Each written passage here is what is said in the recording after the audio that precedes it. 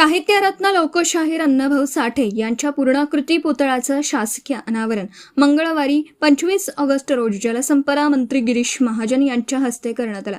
यावेळी आमदार विवेक कोल्हे, आमदार आशुतोष काळे, खासदार भाऊसाहेब वाकचौरे, बिपिनदादा कोल्हे, अण्णाभाऊंचे नातू सचिन साठे, नगराध्यक्ष पराग संधान यांच्यासह सर्व नगरसेवक, मान्यवर, समाज बांधव मोठ्या संख्येने उपस्थित होते।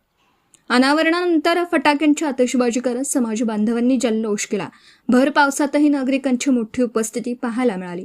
अण्णाभाऊ साठे यांच्या पुतळ्याचं शासकीय अनावरण व्हावं यासाठी समाज बांधवांकडून अनेक वर्षांपासून आंदोलनं व मोर्चे काढण्यात आले होते। अखेर ही मागणी पूर्ण झाली।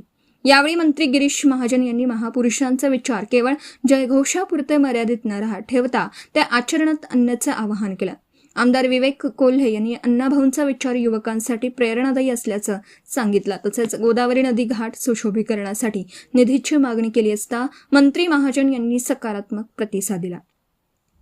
आमदार आशुतोष काळे यांनी अण्णाभाऊ साठे यांच्या स्मारकाचं लोकार्पण व्हावं यासाठी आपण प्रामाणिक प्रयत्न केले होते, मात्र अनेक वेळा हे प्रयत्न हाणून पाडण्यात आले। त्यामागे नेमकं काय राजकारण होतं हे मला माहीत नाही, मात्र आपले प्रयत्न प्रामाणिक होते असं स्पष्ट करत त्यांनी स्मारकाच्या लोकार्पणाबद्दल समाज बांधवांना शुभेच्छा दिल्या।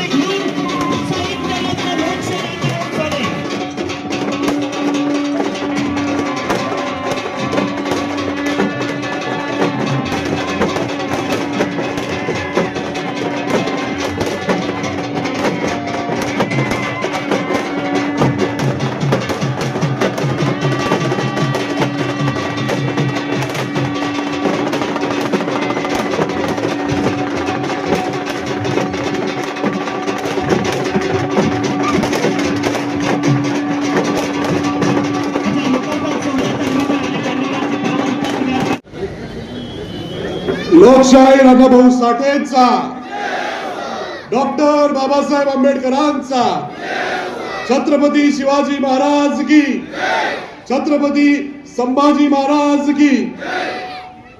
आज या ठिकाणी आपल्या कोपरगाव नगर परिषदेच्या हद्दीमध्ये आपल्या शहराच्या वैभवामध्ये भर घालणारा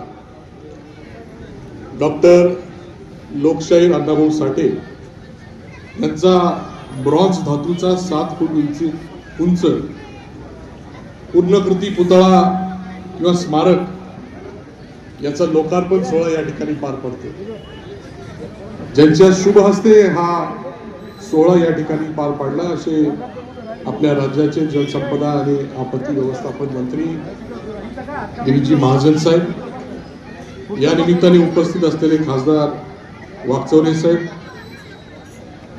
संजीवनी उद्योग समाजाचे अध्यक्ष बिपिनदादा कोल्हे, विधान परिषदेचे सदस्य विवेकजी कोल्हे, आपले नगर परिषदेचे अध्यक्ष परागजी संधान, मुख्याधिकारी अजितजी निकत, उपस्थित सर्व नगरसेवक आणि ज्यांच्या विशेष उपस्थितीमध्ये या ठिकाणी या पुतळ्याचं लोकार्पण किंवा अनावरण झालं, असे लोकशाहीर अण्णाभाऊ साठे यांचे वंशज सचिन भाऊ साठे या ठिकाणी आवर्जून या सोहळ्यासाठी उपस्थित आहेत। मी सर्वप्रथम सचिन भाऊ साठेंचं मनापासून स्वागत या ठिकाणी करतो।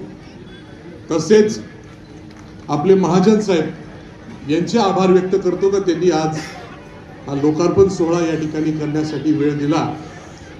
खरं म्हणजे हा फक्त डॉक्टर अण्णाभाऊ साठेंचा पुतळा नसून किंवा स्मारक नसून ज्या ज्या लोकांना आपलं कर्तृत्व सिद्ध करायचंय त्यांच्यासाठी हा प्रेरणा असलेला हा स्मारक आहे किंवा पुतळा आहे. आणि याचं अनावरण होण्यासाठी अनेक वेळा प्रयत्न झाले. हे सर्व होत असताना या पूर्ण स्मारकाचा इतिहास आपल्याला विसरून चालणार नाही. स्वर्गीय शंकररावजी काळे साहेब असतील, स्वर्गीय शंकररावजी कोल्हे साहेब असतील, मागच्या काळामध्ये त्यावेळेचे मंत्री बाबूरावजी भास्कर असतील, बारसकर असतील, आपले जागा निश्चित केली, स्मारक केलं. आणि त्यानंतर नगरपालिकेमध्ये त्यावेळेचे नगराध्यक्ष विजयरावजी वहांडे साहेब असतील, यांच्या काळामध्ये तो पुतळा या ठिकाणी आणून, पूर्णाकृती पुतळा आणून या ठिकाणी आपल्याला बसवला. आणि त्यावेळेस पासून आतापर्यंत अनेक वेळेस मी या तालुक्याचा लोकप्रतिनिधी असल्यापासून मी प्रयत्न करत होतो आपल्याला या स्मारकाचं लोकार्पण या ठिकाणी करायचं. तत्कालीन सामाजिक न्याय मंत्री धनंजय मुंडे साहेब असतील, अजितदादा असतील, एकदा तर सचिन भाऊ यांना पण त्या ठिकाणी आमंत्रित केलं होतं. पण आता काय राजकारण झालं किंवा काय त्याच्यामध्ये झालं तेच सांगू शकतील. आणि असे अनेक कार्यक्रम त्या ठिकाणी हाणून पाडण्यात आले. याच्यामध्ये हेतू माझा काहीच नव्हता. हे स्मारक सर्व समाजासाठी त्या ठिकाणी उघडं पाहिजे आणि म्हणून हा प्रामाणिक प्रयत्न गेले अनेक दिवस मी केला. परंतु ठीक आहे, लेट झालं, पण आता महाजन साहेबांनी वेळ दिला आणि हे स्मारकाचं अनावरण त्या ठिकाणी झालेलं आहे. मी या निमित्ताने ज्या ज्या लोकांनी याच्यामध्ये संघर्ष केला, उपोषण केलं, आंदोलन केलं, हे स्मारक होण्यासाठी पाठपुरावा केला, अशा सगळ्या लोकांचे मी अभिनंदन करतो. मी केलेले प्रयत्न अतिशय प्रामाणिक होते, तर माझा हेतू शुद्ध होता, स्वच्छ होता. हे स्मारक खुलं झालं पाहिजे, लोकांना त्याच्यामधून प्रेरणा मिळाली पाहिजे. जे विचार डॉक्टर अण्णाभाऊ साठेंनी आपल्याला आपल्या जीवनासाठी दिलेले आहे, त्या विचारांची प्रेरणा घेऊन अनेक पुढे लोक घडले पाहिजे. आणि म्हणून हा पवित्र हेतू ठेवून हे स्मारकाचं अनावरण होण्यासाठी अनेक वेळा प्रयत्न केले, पण त्यावेळेस झाले नाही. आणि आता होत आहे, तर आपण सर्वांनी त्या गोष्टीचं लक्ष त्या ठिकाणी लक्षात घेतलं पाहिजे. आपण सर्वजण ते लक्षात घेऊन पुढचं आपलं जे काही कार्य असेल त्या पद्धतीने आपण पार पाडाल अशी अपेक्षा व्यक्त करतो. आपण सर्वजण, पाऊस असून सुद्धा मोठ्या संख्येने या ठिकाणी उपस्थित आहे, त्याबद्दल आपल्या सर्वांचे मी मनापासून आभार व्यक्त करतो. आपल्या सर्वांच्या वतीने पुन्हा एकदा महाजन साहेबांचे स्वागत करतो, आभार व्यक्त करतो आणि माझे 2 शब्द या ठिकाणी थांबवतो. धन्यवाद. डॉक्टर अण्णाभाऊ साठे यांचा सर्वांना जय लवजी. आता हलून उपयोग नाही, सगळे भिजलेले. किती पाऊस आला तरी आता पावसाचा आनंद घ्या आणि आजचा आनंद क्षणाचा, ज्याची अनेक वर्षांपासून आपण वाट पाहत होतो, त्या क्षणाचा देखील आपण सगळेजण एकदा आनंद घेऊया. ज्या ज्या लोकांनी यामध्ये संघर्ष केला असेल त्यांच्यासाठी एकदा जोरदार आपण टाळ्या वाजवल्या पाहिजे. आजचाच तो दिवस आहे की त्यांनी हे स्वप्न पाहिलं होतं, म्हणूनच इतक्या दिवस खरं तर त्यांनी अनेक वर्षाचा संघर्ष केला. लोकशाहीर अण्णाभाऊ साठे यांचा पूर्णाकृतीचा पुतळ्याचा लोकार्पणानिमित्ताने ज्यांनी अतिशय व्यस्त वेळेमध्ये, ज्यांना संबंध महाराष्ट्र संकटमोचन असं म्हणून बघतं, किंबहुना आपल्या राज्याचे जलसंपदा मंत्री, खरं तर आमच्या शेतकऱ्यांना कॅनलद्वारे आणि सारीद्वारे पाणी पाहिजे होतं, पण येतानाच पाऊस घेऊन जे आपल्यामध्ये आले असे गिरीशजी महाजन साहेब, त्यांच्यासाठी एकदा जोरदार आपण टाळ्या वाजवल्या पाहिजे. आज जो सोहळा होतो आहे याचं खरं आज तुम्ही आम्ही याचे करता धरता नसून 1976 साली अण्णाभाऊंच्या गेल्यानंतर स्वर्गीय शंकररावजी कोल्हे साहेबांनी सर्व समाज बांधवांना एकत्रित करून कोपरगाव नगरीमध्ये मोठा मेळावा घेतला. 1980 साली समाज बांधवांनी सांगितलं की साहेब आपण पुतळा या ठिकाणी महाराष्ट्रात, राज्यात किंवा आता परदेशातही पुतळा बसवला गेलेला आहे. म्हणून देशामध्ये सर्वात पहिला अर्ध आकृती पुतळा आपण आपल्या या कोपरगाव नगरीत बसावा म्हणून 1980 साली ठरलं. भूमिपूजन नंतरच्या 80च्या दशकामध्ये झालं, परंतु त्याही पुतळ्याला अनेक वर्ष विरंगुळा किंवा दिरंगाई झाली आणि 1990-91च्या दशकामध्ये पहिला आपला भारतातील अर्धा आकृती पुतळा या ठिकाणी माझ्या माहितीनुसार बसवण्यात आला. त्यावेळेस देखील अण्णाभाऊंचा फोटो कुठून मिळवायचा, तर वाटेगाव असेल, नाशिक असेल, त्यांच्या आत्याकडं असेल, या ठिकाणी जाऊन समाज बांधवांनी त्यावेळेस मच्छिंद्र राक्षे असतील, कैलासवासी विश्वनाथ तुकाराम बागुल असतील, कैलासवासी पांडुरंग भिकाजी पोळ असतील, कैलासवासी पुंजाजी गबाजी आरणे असतील, बरोबर त्यांचे सर्व सहकारी त्यावेळेस या सगळ्यांनी पुढाकार घेतला. त्या ठिकाणून तो फोटो आणला. स्वर्गीय शंकररावजी कोल्हे साहेब त्याबरोबर होते आणि नंतरच्या कालखंडामध्ये त्याचा छापा बनवून आपण कारखान्याच्या माध्यमातून जवळपास संजीवनी कारखान्याच्या माध्यमातून 75,000 ते 1 लाख रुपये त्या लोकवर्गणीमध्ये आपण दिली आणि त्यामधून अर्धा आकृती पुतळा पहिला आपण या ठिकाणी बसवण्यात आला. त्यानंतर त्या पुतळ्याचा छापा घेऊन महाराष्ट्रामध्ये अनेक ठिकाणी खरं तर पुतळे बसवण्यात आले. मी अधिकचा वेळ खरं घेणार नाही. आपल्यामध्ये ज्यांनी आता त्यांचे वारस म्हणून सचिनजी साठे या ठिकाणी उपस्थित आहेत, त्यांनी सांगितलं की कशा पद्धतीने सरकारने अण्णाभाऊंच्या माध्यमातून त्यांचे विचार तळागाळात पोहोचवण्याकरता त्यांच्या नावाने संशोधन व प्रशिक्षण संस्था उभी केली आहे. त्याच्यासाठी लगभग 1 नाही 2 नाही 50 नाही 100 नाही जवळपास 332 कोटी रुपये या सरकारने त्या संस्थेसाठी दिलेले आहे. आणि म्हणून नाबार्ड अंतर्गत देखील अनेक कर्ज, गाई म्हशी असे 2 कोटी साठी कर्ज उपलब्ध आहे. जेव्हा स्वर्गीय शंकररावजी कोल्हे साहेब या ठिकाणी तमाशा मंडळाचे अध्यक्ष म्हणून महाराष्ट्र कलाकारांना प्रत्येकी 3,000 रुपये मानधन देण्याचं काम देखील स्वर्गीय कोल्हे साहेबांनी केलं. म्हणजे अण्णाभाऊंचे विचार तळागाळात पोहोचवण्याकरता तुम्ही आम्ही सर्वच अण्णाभाऊंचे विचारांचे वारसदार म्हणून आज आपण या ठिकाणी काम करतोय. पीडितांसाठी, शोषितांसाठी, वंचितांसाठी, तळागाळातील गोरगरीब जनतेसाठी अण्णाभाऊंनी संबंध आयुष्य त्या ठिकाणी खर्च केलं. 1.5 दिवस शाळा शिकलेले अण्णाभाऊंचं साहित्य आता प्रत्येक शाळेमध्ये त्या ठिकाणी शिकवलं जातं. हीच त्यांच्या विचारांची खरी ताकद आहे आणि तीच आपल्याला सगळ्यांना पुढे घेऊन जायची आहे. खऱ्या अर्थाने आमच्या जेनजीनला जर कोणत्या महापुरुषांची गरज असेल तर खरं आपले हे सर्व होऊन गेलेले महापुरुषांचे विचार, महापुरुषांना डोक्यावर न घेता त्यांचे विचार डोक्यात घेण्याची ही खरं काळाची गरज आहे. अनेक मिरवणुका, अनेक जयंत्या आपण त्या ठिकाणी जोरदार डीजे लावून करतो, त्या केल्याच पाहिजे. पण त्याचबरोबर या सर्व महापुरुषांचे विचार आपण यांना डोक्यावर न घेता यांचे डोक्यात विचार जर गेले तर निश्चितपणाने भारत महासत्ता झाल्याशिवाय राहणार नाही याची खात्री मला या निमित्ताने देऊ वाटते. बोला भारत माता की, भारत माता की, वंदे छत्रपती शिवाजी महाराज की, डॉक्टर बाबासाहेब आंबेडकरांचा, साहित्यरत्न लोकशाहीर अण्णाभाऊ साठेंचा, साहित्यरत्न लोकशाहीर अण्णाभाऊ साठे त्यांच्या पूर्णाकृती पुतळ्याचा लोकार्पण सोहळा आणि या सोहळ्याच्या निमित्ताने मंचावर उपस्थित आपले खासदार, लोकप्रिय खासदार भाऊसाहेब वाकचौरे, आमदार आशुतोषजी काळे, आमदार आपले युवा नेते आमदार विवेक कोल्हे भैया, तुम्ही विवेक नावाने ओळखता की भैया नावाने ओळखतात? भैया काळे, भैयाजी काळे, कोल्हे, गडबड होते. मला पूर्वी मी लहान होतो तेव्हा मला 2च लोक आठवायचे, कोल्हे आणि काळे. मी लहान होतो त्यावेळेला आणि तुमचं कौतुक फार झालं सगळ्या महाराष्ट्रात. म्हणजे यांच्याकडे लग्न झालं की विहिरीपर्यंत बर्फ टाकायचे म्हणे डायरेक्ट, आणि सरबत करायचं असलं की साखर सुद्धा त्याच्यातच होतायचे वेटवाल्यांनी. बरोबर आहे? आता साखर महाग झाली, पण आता मी काही बोलत नाही, आता काय काय चाललं.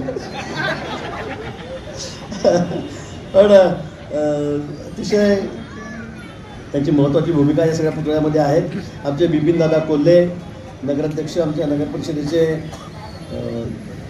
या ठिकाणी सर्व नगरसेवक, सर्व उपस्थित त्या ठिकाणी पदाधिकारी, या कार्यक्रमाला आवर्जून या ठिकाणी उपस्थित असलेले सचिन भाऊ साठे, ज्यांनी अतिशय आपल्या भाटातून, ओजस्वी भाटातून त्यांनी आपल्यासमोर अण्णाभाऊ साठेंचं कार्य या ठिकाणी मांडलं ते, आणि उपस्थित सर्व मान्यवर. आता वेळ कमी आहे, मलाही पुढे संभाजीनगरला बैठक आहे, पाऊस येऊन गेलेला आहे. खरं म्हणजे पावसाने स्वागतच केलेलं आहे. आज हा दिवस कोपरगावसाठी अतिशय ऐतिहासिक आहे. सुवर्णाक्षरांनी कोरावा असाचा दिवस आहे. अतिशय रस्त्याच्या मध्यवर्ती भागामध्ये या ठिकाणी लोकशाहीर अण्णाभाऊ साठे यांचा पूर्णाकृती पुतळा या ठिकाणी उभारला गेल्याबरोबर, पडदा काढल्याबरोबर पावसाला सुरुवात झाली. पावसाने अण्णाभाऊंचं स्वागत, या पुतळ्याचं स्वागत या ठिकाणी केलेलं आहे. विसरणार नाही. बऱ्याच दिवसाचा संघर्ष या पुतळ्याच्या मागचा आहे. सगळ्यांनी सांगितलं, या ठिकाणी काळ्यांनी सांगितलं, कोल्हेने सांगितलं, नगराध्यक्षही म्हणाले, आणि त्यांनी सांगितलं की बऱ्याच वर्षापासून हा पुतळा या ठिकाणी पूर्णाकृती व्हावा, पण ठराव झालेला होता, संघर्ष चाललेला होता. पूर्वी आदरणीय शंकरराव कोल्हे साहेब त्यांच्या प्रयत्नातून, नंतर त्यावेळेचे स्थानिक कोल्हे आमदार असतील, काळे असतील, आमदार असतील, त्यावेळेचे सगळ्यांनी प्रयत्न केले, पण मला वाटतं ते आपलं जे स्वप्न होतं ते आज या ठिकाणी आपल्याला पूर्ण होताना दिसत आहे.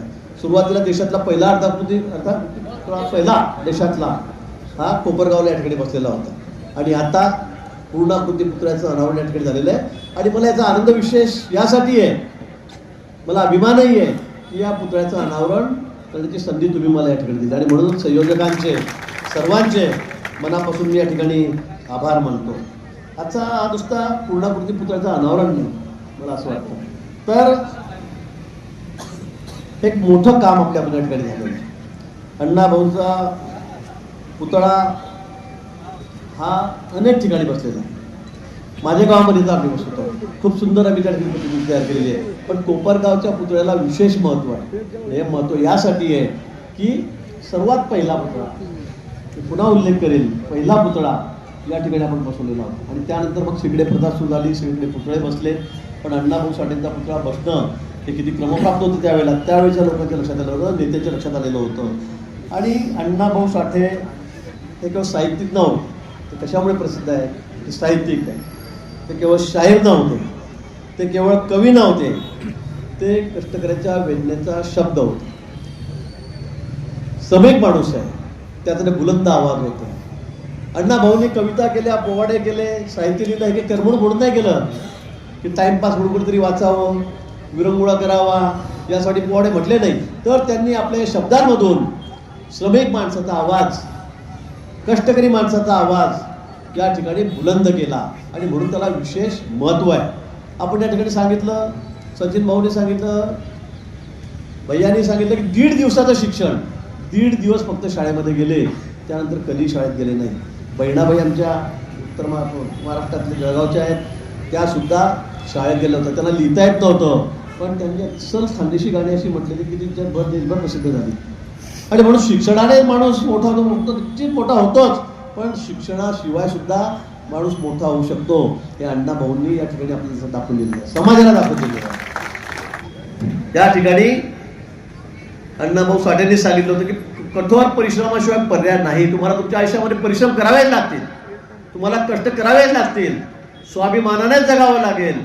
ते जर तुम्ही केलं तर मला वाटतं आपली पुढची पिढी जी आहे ती कुठेतरी स्थिरस्थावर दिसेल, अन्यथा पुन्हा ती पिढी आपल्या मागच्या सगळ्या रेषा ओढत राहील. आणि म्हणून यासाठी आज या पुतळ्याचं अनावरण आपण या ठिकाणी नगरपालिकेने केलेलं आहे. मी खरं आपलं मनापासून अभिनंदन करेल त्या ठिकाणी, तर तिथे सुंदर असा पुतळा आणि इतक्या मध्यवर्ती भागामध्ये बसवला आहे की प्रत्येकाला त्यातून प्रेरणा घ्यावीसं वाटेल.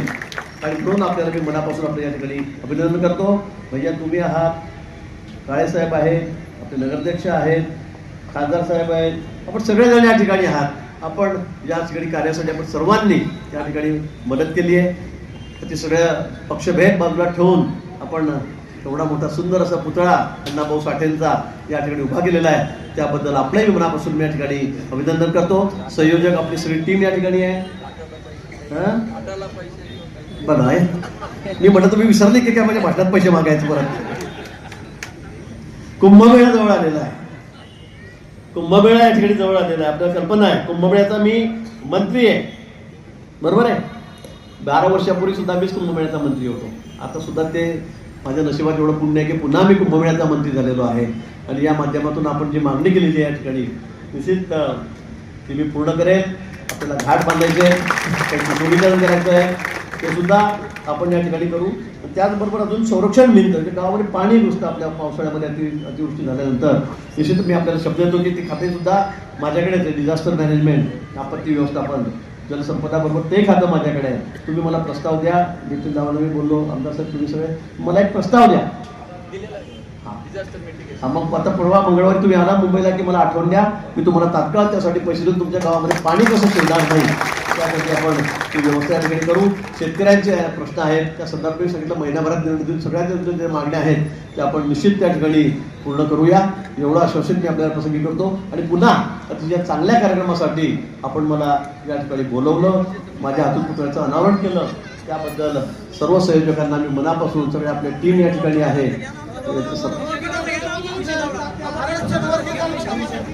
तुम्ही त्याची काळजी करू नका. आम्हाला विषय माहिती आहे, तुम्ही अजिबात त्या विषयाची काळजी करू नका, पण बोलू नका, पण आम्हाला बोलायला लावू नका. आपल्या मागण्या काय बोलायची माहिती, तुम्ही त्याची चिंता करू नका. आणि पुन्हा मी या अतिशय सुंदर अशा कार्यक्रमाच्या निमित्ताने, देखण्याच्या कार्यक्रमाच्या निमित्ताने सर्वांना मनापासून खूप खूप शुभेच्छा देतो आणि थांबतो. धन्यवाद. जय हिंद, जय महाराष्ट्र. या विचार मंचावर माननीय या राज्यातले अत्यंत महत्त्वाचे आणि प्रचंड कामाचा या राज्यामध्ये ज्यांचा व्याप आहे असे सन्माननीय गिरीश महाजन साहेब या विचार मंचावर उपस्थित आहेत. या ठिकाणी भाऊसाहेबजी वागचौरे साहेब आहेत, सन्माननीय विवेकदादा कोले साहेब या ठिकाणी उपस्थित आहेत, आशुतोषजी काळे साहेब यांचं अत्यंत महत्त्वाचं नेतृत्व आहे. विचार मंचावर बिपिनदादा कोले आणि इतर सर्व मान्यवर आहेत, आमचे विनोद राक्षे, सर्व समाज बांधव, माता भगिनी बांधवांनो, मी आपल्या सगळ्यांचा जास्त वेळ घेणार नाही, पण साहित्य हे श्रीमंत लोकांच्या करमणुकीचं साधन नाहीये, कुणाचा तरी टाइमपास व्हावा म्हणून अण्णाभाऊंनी साहित्य लिहिलं नाही, तर हे अण्णाभाऊंच्या साहित्याचा प्रत्येक शब्द हा माणसाचं दुखणं आहे. जे अण्णाभाऊंनी बघितलं, जे अनुभवलं, जे अण्णाभाऊंनी पाहिलं, त्या सगळ्या लोकांना अण्णाभाऊंनी साहित्याच्या माध्यमातून जगाच्या पुढे आणण्याचं काम अण्णाभाऊंनी केलेलं आहे. अवघा 1.5 दिवस शिक्षण घेतलेले अण्णाभाऊ साठे जर एवढं मोठं प्रचंड साहित्य लिहिता तर हे भारतातलं प्रचंड मोठं उदाहरण आहे. हे मी म्हणत नाहीये, तर माननीय केंद्रीय गृहमंत्री माननीय अमित भाईंनी पुण्याच्या सभेमध्ये सांगितलं की 1.5 दिवसाच्या शिक्षणावर एवढं कोण साहित्य लिहितंय. हे भारतातलं अण्णाभाऊ साठे म्हणजे एकमेव उदाहरण आहे. आणि बांधवांनो, ही गोष्ट लक्षात घ्या की वाटेगावच्या मातीमध्ये अण्णाभाऊंना शिकू दिलं नव्हतं, वाटेगावच्या मातीमध्ये अण्णाभाऊंचा धिक्कार केला गेला, पण अण्णाभाऊंनी शिक्षणाची कास सोडली नाही. ज्या ज्या माणसांना भेटले, ज्यांना बघितलं, त्या सगळ्यांना शिक्षक बनवलं. आणि आज असा एक दिवस येतोय की अण्णाभाऊ साठेंच्यावर प्रत्येक ठिकाणी विद्यापीठांमध्ये अभ्यासन केंद्र आहे आणि अण्णाभाऊवर PhD होत आहे. अशा या अण्णाभाऊ साठेंच्या दृष्टीतून आपल्याला सगळ्यांना माणूस म्हणून जगायचंय आणि अण्णाभाऊंचा विचार घेऊन पुढे जायचंय. माझ्याकडे खूप वेळ कमी आहे, पाऊस पडतोय, अनेक मान्यवरांना बोलायचं, पण मी महत्वाचा विषय मांडून मी थांबणार आहे बांधवांनो, की अण्णाभाऊंच्या बाबतीमध्ये बोलताना प्रचंड अण्णाभाऊंचं साहित्य म्हणजे रशियापासूनचा या महाराष्ट्राच्या भूमीतला आणि छत्रपती शिवाजी महाराजांचा पोवाडा अण्णाभाऊंनी रशियाच्या मातीमध्ये गायला. प्रथम मायभूच्या चरणा स्मरोनी गातो कौला, प्रथम शिवबाच्या चरणा स्मरोनी गातो कौला, असा रशियाच्या मातीमध्ये जर कुठल्या शाहिराचा या देशाचा आवाज घुमला असेल तर ते सत्यशोधक अण्णाभाऊ साठे आहेत. ही गोष्ट आपण लक्षात घेतली पाहिजे. बांधवांनो, प्रचंड असं काम या राज्यामध्ये वाढतंय. मी फक्त एवढंच सांगेन की अण्णाभाऊंचा एक दृष्टिकोन होता की माणूस हा स्वाभिमानाने जगला पाहिजे आणि राजा पुढे येतो, राजा लढतो, पण राजाचंच नाव इतिहासात होतं, पण राजासोबत लढणाऱ्या माणसाचं नाव हे इतिहासाच्या आड जातं. अशा सगळ्या माणसांना अण्णाभाऊंनी शोधले. म्हणजे लक्षात घ्या की मराठा समाजाचा सतू भोसले, मातंग समाजाचा फकीरा, सुलतान नावाचा एक मुसलमानाचा एक माणूस अण्णाभाऊंच्या साहित्यामध्ये होते. साळी, माळी, कोळी, तांबुळी सगळ्या जातीची माणसं अण्णाभाऊंनी शोधली, त्यांना नायक बनवलं, स्त्रियांना नायक बनवलं. अशा या अण्णाभाऊंचा दृष्टिकोन अत्यंत महत्वाचा आहे. अण्णाभाऊंच्या शब्दावर प्रत्येक जातीच्या माणसाचा विश्वास आहे आणि तो विश्वास ठेवून प्रत्येक जातीचा माणूस अण्णाभाऊंचा गौरव करताना दिसतात. पण आपण आज सगळे अण्णाभाऊंचे वारसदार, विचाराचे वारसदार म्हणून अण्णाभाऊंच्या विचारावर जात असताना ही गोष्ट ध्यानात घेतली पाहिजे की अण्णाभाऊंचा सन्मान कधी झाला. ज्या अण्णाभाऊंना रशियानं नोंद घेतली त्या रशियामध्ये अण्णाभाऊंचा पुतळा कुठल्याही मुख्यमंत्र्याला बसवावा वाटला नाही. फक्त आणि फक्त 2014ला ज्या मुख्यमंत्री महोदयांनी या महाराष्ट्राच्या भूमीत पाऊल ठेवलं ते सन्माननीय मुख्यमंत्री महोदय रशियामध्ये जाऊन त्यांनी पुतळा बसवला. म्हणजे ही आपल्यासाठी अत्यंत अभिमानाची बाब आहे. आणि म्हणून आम्हाला या महायुती गव्हर्नमेंटचं अत्यंत कौतुक वाटतं आणि आम्ही जीवाच्या आकंताने हे महाराष्ट्रभर सांगत असतो. आम्ही काही राजकारण करत नाही, पण जे सत्य आहे ते सत्य मानण्याची ताकद आपल्या सगळ्यांच्या मध्ये असली पाहिजे, कारण आपण सत्यशोधक अण्णाभाऊ साठे यांचे वारसदार आहेत. अण्णाभाऊंचा एक प्रसंग सांगतो की 15 ऑगस्ट 1947ला या देशाच्या स्वातंत्र्याची घोषणा झाली आणि अण्णाभाऊंना हा प्रश्न पडला की ही देशाची स्वातंत्र्याची घोषणा, भलेही देश गुलामीतून मुक्त झाला असला पाहिजे, पण गोरगरिबाचं, कष्टकऱ्यांचं, श्रमिकांचं, दलितांचं, त्यांच्या एकूणच स्वातंत्र्याचं काय. अण्णाभाऊंना देश गुलामीतून मुक्त झाल्याचा आनंद होता, पण गोरगरीब लोकांचं काय, त्यांच्या स्वाभिमानाचं काय, त्यांच्या सन्मानाचं काय, हा अण्णाभाऊंना प्रश्न पडला होता. म्हणून अण्णाभाऊ साठे मुंबईच्या आझाद मैदानामध्ये जातात आणि प्रचंड लोक आहेत अण्णाभाऊंच्या सोबत, हजारो लोक अण्णाभाऊंच्या सोबत आहेत. अण्णाभाऊ साठे म्हणतात, त्या भाषणातून व्यक्त होतात की मला आनंद आहे की हा देश मुक्त झालाय, गुलामीतून मुक्त झालाय, पण आमच्या पोटाचं काय. आणि म्हणून ठणकावून अण्णाभाऊ साठेंनी सांगितलं, इस देश के इनकलाब बेहिसाब बेलगाम थे, इस देश में हम दलित गुलामों की भी गुलाम थे, उस आजादी के तट पर हम भी तो दिलो जान से थे, गोरे अंग्रेज चले गए, काले अंग्रेज अभी बाकी है, ये आजादी झूठी है, देश की जनता भूखी. म्हणजे अण्णाभाऊ साठेंच्या आझादीचं आंदोलन म्हणजे माणसाला पोटाला भाकरी मिळाली पाहिजे आणि त्याला शिकायला मिळालं पाहिजे. अतिशय कठीण प्रसंग आम्ही भोगले. तत्कालीन सरकारला अण्णाभाऊचं, मातंग समाजाचं काही घेणं देणं नव्हतं, त्याचा मी स्वतः साक्षीदार आहे. पण माननीय देवाभाऊंनी, गिरीश महाजन साहेबांनी आरतीची स्थापना केली. लक्षात घ्या की मातंग समाजातली मुलं शिकली पाहिजे आणि त्यांना न्याय मिळाला पाहिजे, उच्च शिक्षित झाले पाहिजे, म्हणून त्यांच्यासाठी 1 ऑगस्ट 2024ला आरतीची स्थापना झाली. मुंबईमध्ये आत्ताच आम्ही, महाजन साहेब, मुंबईमध्ये आत्ताच सीएम साहेबांच्या हस्ते 1000 कोटीच्या स्मारकाचं भूमिपूजन झालं, त्याचा मी स्वतः साक्षीदार आहे. आणि म्हणून आपण या महायुतीचं स्वागत केलं पाहिजे, कौतुक केलं पाहिजे, यांच्या सोबत राहिलं पाहिजे. आपण अण्णाभाऊंची लेकरं आहे. फक्त या विचार मंचावर मी मान्य साहेब हे मंत्रिमंडळातले अत्यंत महत्त्वाचे नेते आणि महायुतीचे अतिशय मोठे नेते या ठिकाणी बसलेले की आरक्षणाचा, वर्गीकरणाचा विषय सुरू आहे आणि तो शासनाच्या अंतिम टप्प्यामध्ये स्वतः माननीय मुख्यमंत्री महोदयांनी ही घोषणा केलेली आहे की जो गरीब आहे, जो लाभवंचित आहे, त्याला न्याय मिळाला पाहिजे आणि म्हणून त्याला न्याय मिळण्यासाठी त्याला पुढे आणण्याची भूमिका शासनाची.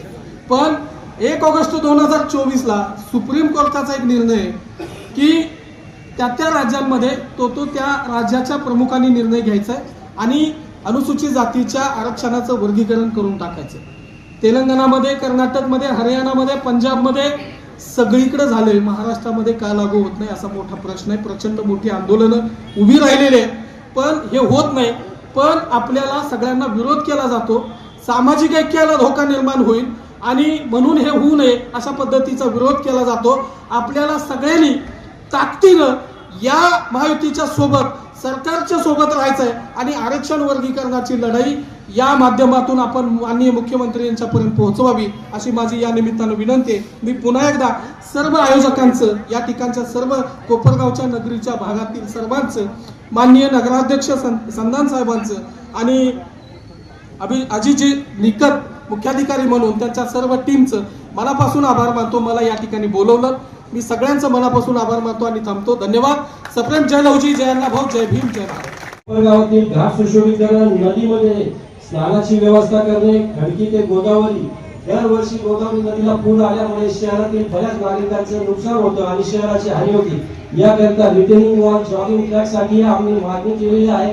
आपण सकारात्मक प्रतिसाद दिलेलाच आहे, परंतु आम्हालाही या सगळ्या कामांकरता आपण जास्तीत जास्त निधी उपलब्ध करून द्यावा ही मी आपल्या नगर परिषदेच्या वतीने मागणी करतो. आणि पुन्हा एकदा आपण सर्वजण उपस्थित राहिले त्याबद्दल मी नगर परिषदेच्या वतीने सगळ्यांचे स्वागत करतो आणि आभार मानतो. जय हिंद, जय महाराष्ट्र.